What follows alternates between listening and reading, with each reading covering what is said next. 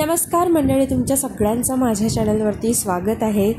आणि हा व्हिडिओ मी पुण्यावरून आल्यानंतर लगेचचा आहे की मी माझ्या रूमची साफसफाई करायला काढलेली होती. कारण की महालक्ष्म्यांमध्ये जे कपडे जे घरी नसतात ते गोडाऊनवरती असतात आणि मग काही कपडे मी तिकडून पण घेऊन येते. तर मग ते सगळे मला नीट रचवून ठेवायचे होते कबडमध्ये. आणि मग दिवाळी निमित्त झालं की छोटी मोठी साफसफाई होऊन जाते. तर मग इथे तेच चालू होतं सगळं काही. तर तुम्हाला पुढे बघायलाच मिळेल की किती कपडे निघाले आणि कसं काय केलं.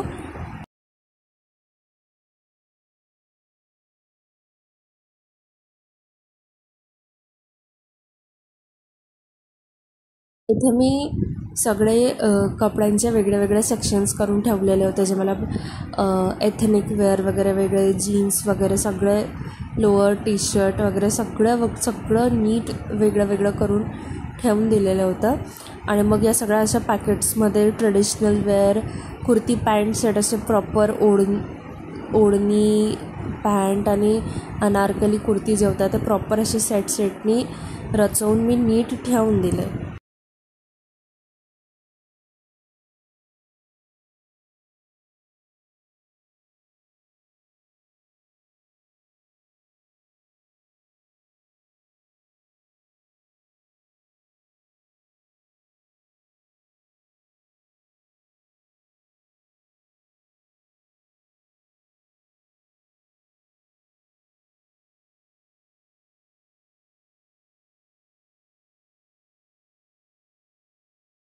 ते सगळं काही झाल्यानंतर जे घरी घालायचे कपडे असतात, lower T shirt, night suits वगैरे, मग ते सगळे वेगळे वेगळे एक दमाने सेग्रिगेट करून घेतले आणि ते छान नीट असे लावून दिले.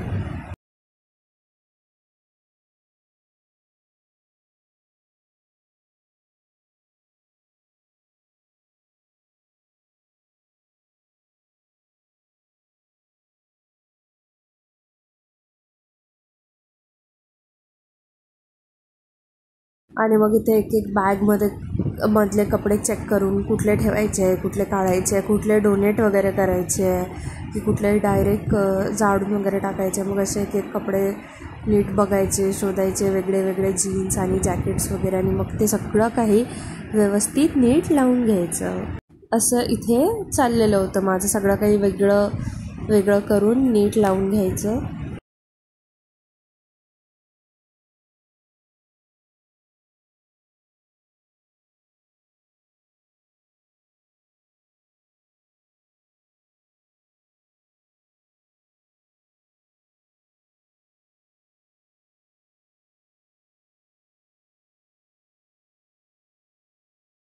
आणि अशा पद्धतीने माझे फक्त 2 रॅकाने जरा अर्धा पाऊण तासात भरलेले होते. मग या काही सूटकेस बॅग्स होत्या की ज्यामध्ये काही कपडे द्यायचे वगैरे होते. आणि मग मी एक एक बॅग चेक करून बघत होते की माझे कपडे कशात आहे, काय आहे. कारण की महालक्ष्म्यांच्या वेळेस खूप गडबड होऊन जाते ना मला. आणि मग या सगळ्या सूटकेस आणि बॅग्समध्ये सगळे माझे भारी ड्रेसेस वगैरे जे होते, जे असे खूप ओकेजनलीच मी आजपर्यंत घातले आहे. जवळपास यातलं प्रत्येक ड्रेस मी फक्त 1 ते 2दा घातला आहे. बाकी ते ड्रेस तसेच पडून आहे. मी फक्त त्यांना साफसफाईमध्ये एकदा बघते आणि परत तसच्या तसेच ठेवून देते. माझे लेहेंगे वगैरे सगळं तसंच पडलेलं असतं त्यात.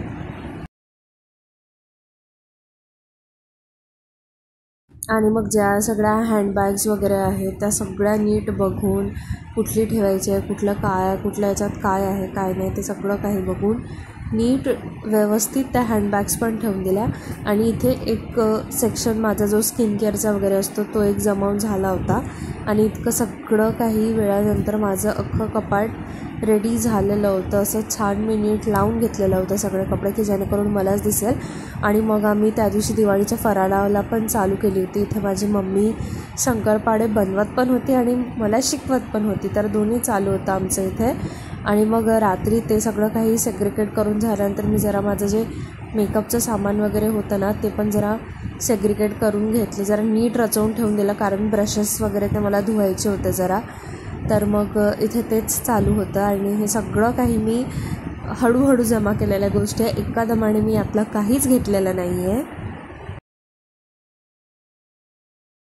या सगळं काही गोष्टी जमा करण्याच्या मागे पण मी एक हॅक लावलेला होता. म्हणजे जर मला घरून पॉकेट मनी मिळत आहे तर मी माझे खर्चाचे पैसे ते वेगळे काढून ठेवायची आणि हे जे घ्यायचे होते मी याचे असे थोडे असे जमा करायची आणि मग मंथ एंडला जर मला काही घ्यायचं असेल तर मी अशी घेऊन घ्यायची. तर मग ते असं काहीतरी करून मी हे इतकं सगळं काही जमा केलेलं आहे.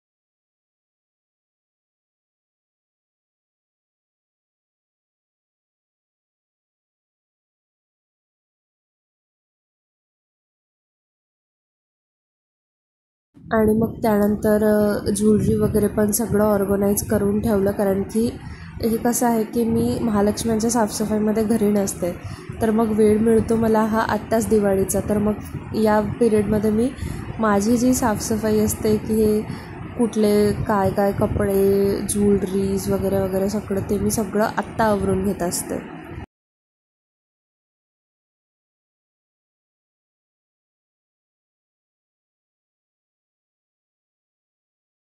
माझं हे सगळं काही आटोपल्यावर मला केसांना मेहंदी लावायची होती. तर मग मी मेहंदी लावायला घेतली. तर मी मेहंदी ही एकतर जरा कॉफीचं पाणी करते अर्धं आणि मग अर्धं जे रोजमेरी लीव्ज असतात त्याचं पाणी करते. या दोनच पाण्याने मी मेहंदी भिजवते आणि जर वाटेल तर मग मी दही पण टाकते. जर तुम्ही म्हणजे तुमच्या घरी अंडा वगैरे चालत असेल ना तर तुम्ही ते पण त्याने टाकू शकता. खूप छान रिझल्ट येते. मी खुली मेहंदीच यूज करते आणि त्यात सगळं काही 2 चम्मच शिकाकाई पावडर, 2 चम्मच रिठा पावडर, 2 चम्मच आवळा पावडर, 1 चमचा हिबिस्कस पावडर, 1 चमचा भृंगराज पावडर आणि 1 चमचा ब्राह्मी पावडर असे काही सगळे ते इन्ग्रेडियंट्स मिक्स करते. त्यात दही पण टाकते आणि तुमच्या घरी कोरफड जर असेल, म्हणजे मी ही रात्री भिजवत होती तर त्यामुळे मी काही तेव्हा तोडू शकली नाही. आणि जर तुम्ही दुपारी वगैरे भिजवत असाल आणि तुम्ही दुपारी आणि रात्रभर असं काही राहू देत असाल ना तर मेहंदीचा रिझल्ट खूप सुंदर येतो. तर मग इथे मी तेच करत होती. कॉफीनी आणि दहीनी वगैरे छान मेहंदी भिजवून घेत होते आणि मेहंदीचा रंग पण खूप असा गर्द येतो, छान येतो. मी केस काळे होण्यासाठी किंवा ब्राऊन होण्यासाठी मेहंदी लावत नाही. ती मेहंदी माझ्या केसांना एक छान नॅचरल कंडिशन करते आणि खूप छान अशी शाईन वगैरे केसांना देते. मी यासाठी माझ्या केसांना मेहंदी लावते.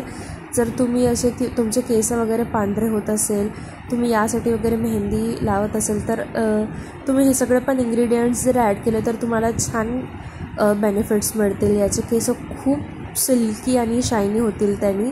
आणि यात जर तुम्ही असं डेली बेसिसवर म्हणजे एखादं 2 महिन्यातून एखाद्या वेळेस जर लावत असाल तर याने तुमच्या हेअरफॉलवरती पण इफेक्ट दाखवतं. जर तुमचे केस गळत असतील तर त्याचा मग कमी गळतात आणि शायनी आणि स्ट्रॉंग असे सुंदर केस याने होतात.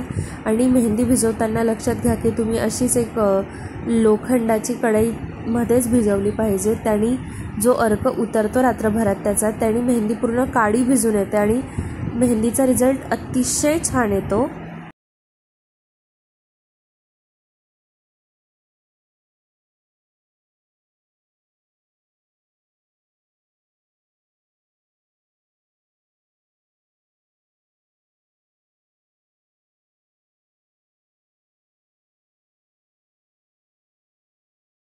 आणि अशा गुठळ्या नाही तयार झाल्या पाहिजे म्हणून मग मी त्या विस्करनी छान अशी मेहंदी भिजवून घेतली आणि मग रात्रभर त्याला छान असं नीट झाकून वगैरे ठेवलं. आणि म्हणजे जेणेकरून ते थोडीफार खूप छान अजून रात्रभर मुरली पाहिजे, भिजली पाहिजे. हा तर इन्स्टंट मेहंदी भिजवल्यानंतरचा रंग होता, जो की अशा प्रकारे हातावरती चढला होता. पण सकाळी दुसऱ्या दिवशी मेहंदी भिजल्यानंतरचा रंग खूप छान होता. आणि मग ॲलोवेरा जेल नव्हतं अवेलेबल माझ्याकडे, तर मी जे फ्लॅक्ससीड जेल होतं माझ्याकडे मी तेच त्यात टाकून परत एकदा खूप छान मेहंदी अशी भिजवून घेतली. आणि मग त्यानंतर तुम्ही बघू शकता की मेहंदी खूप छान आणि म्हणजे रात्रभरात मेहंदीचा रंग पण बदलतो छानपणे. तर जर तुम्हाला मेहंदी लावत असाल केसांना तर तुम्ही अशा प्रकारे लावा आणि मग तुम्ही नंतर आफ्टर रिझल्ट्स तुम्ही बघूच शकता केसांचे की थोडासा सिल्की शाईन आणि खूप सुंदर असे कंडिशन केस होऊन गेलेले होते माझे. आणि ते कुरळ असल्यामुळे ते असे वाटत आहे थोडेफार फ्रिझी, पण केसांचा रंग आणि केसांची शाईन खूप छान झाली होती. आणि मग यानंतर दुसरा फराळाचा आयटम म्हणजे त्या दिवशी आमच्या घरी चकल्या वगैरे पण बनवल्या होत्या. या कणकेच्या चकल्या बनवत असते माझी मम्मी दिवाळीच्या वेळेस. जर तुम्हाला याची रेसिपी वगैरे पाहिजे असेल तर तुम्ही नक्की कमेंट करा. आणि इथे चकली बनवण्यात थोडा हातभार माझा पण मम्मीला असं लावणं चालूच होता की असं मी तिला काढून देत होती त्या साच्यातून आणि मग ती अशी तळत होती. आणि व्हिडिओ आवडल्यास चॅनलला लाईक, शेअर आणि सबस्क्राईब नक्की करा. तुम्हाला सगळ्यांना दिवाळीच्या खूप खूप शुभेच्छा. Thank you for watching.